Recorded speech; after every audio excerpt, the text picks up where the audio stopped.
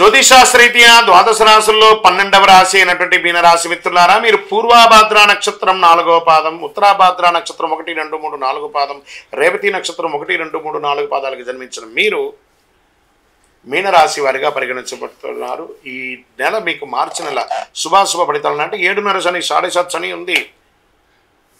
మరి ఏం జరుగుతుంది అని అంటే కుంభరాశి నుంచి మీ రాశిలోకి మారుతున్నాడు. కొంచెం ఇబ్బందిగానే ఉంటుంది, కానీ శని ఒకటే బాలంటే మిగతా గ్రహాలు అనుకూలంగా ఉన్నాయి కదా.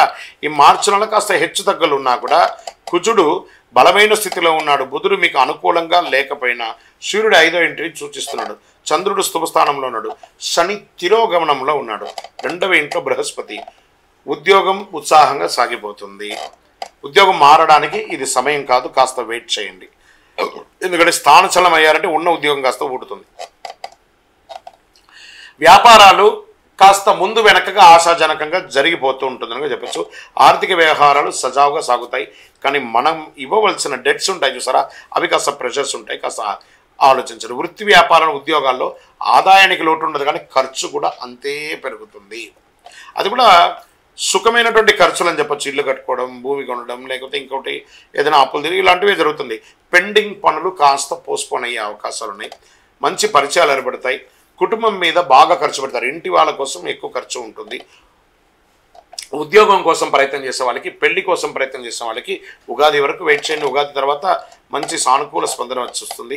విద్యార్థులు ఘన విజయం సాధించడానికి చాలా శ్రమ పడాలి. శ్రమ పడితే ఖచ్చితంగా ఘన విజయం సాధిస్తారు. ఆరోగ్య విషయంలో శ్రద్ధ తీసుకోవాల్సిందే.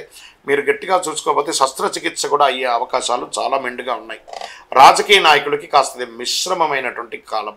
ప్రజాక్షేత్రంలో వెళ్ళేటప్పుడు చాలా జాగ్రత్త. ఎందుకంటే 7.5 శని, శని నాళిక మీద కూర్చున్నాడు. ప్రతి ఒక్కరితో మాట్లాడేటప్పుడు గౌరవ మర్యాదలతో మాట్లాడండి. తస్మాత్ జాగ్రత్త.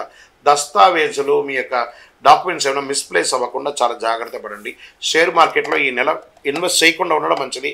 వ్యవసాయదారులకి బాగుందని కూడా చెప్పచ్చు. సాఫ్ట్వేర్ వాళ్ళకి బాగా స్ట్రెస్ అండి ఈ నెల, కొంచెం జాగ్రత్తగా ఉండాలి.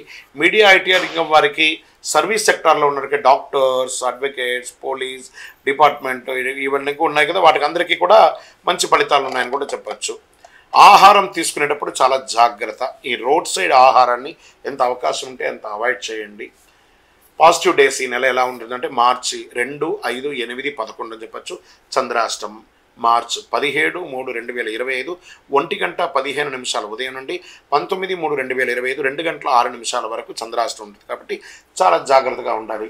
మరి అదృష్ట సంఖ్య ఈ నెల 2 మరియు 7. పరిహారం మంగళవారం సుబ్రహ్మణ్య స్వామి వారికి పాలాభిషేకం చేయండి. ఆదివారం రాహుకాల సమయంలో భైరవ స్వామి వారికి ఒక నెయ్యి దీపం వెలిగించండి.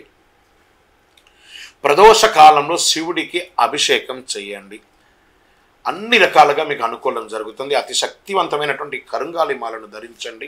ఆరోగ్యంగా, ఐశ్వర్యంగా, సంతోషంగా, ఆనందంగానూ ఉంటారు. ఇంకను మీ యొక్క కోరికలన్నీ తెరవడానికి మీ యొక్క ఇంటి ఇలవేల్పు దగ్గరికి వెళ్ళి మీ వయస్సు సంఖ్య ఎంత ఉందో అన్ని దీపాలు వెలిగించండి. విజయోస్తు.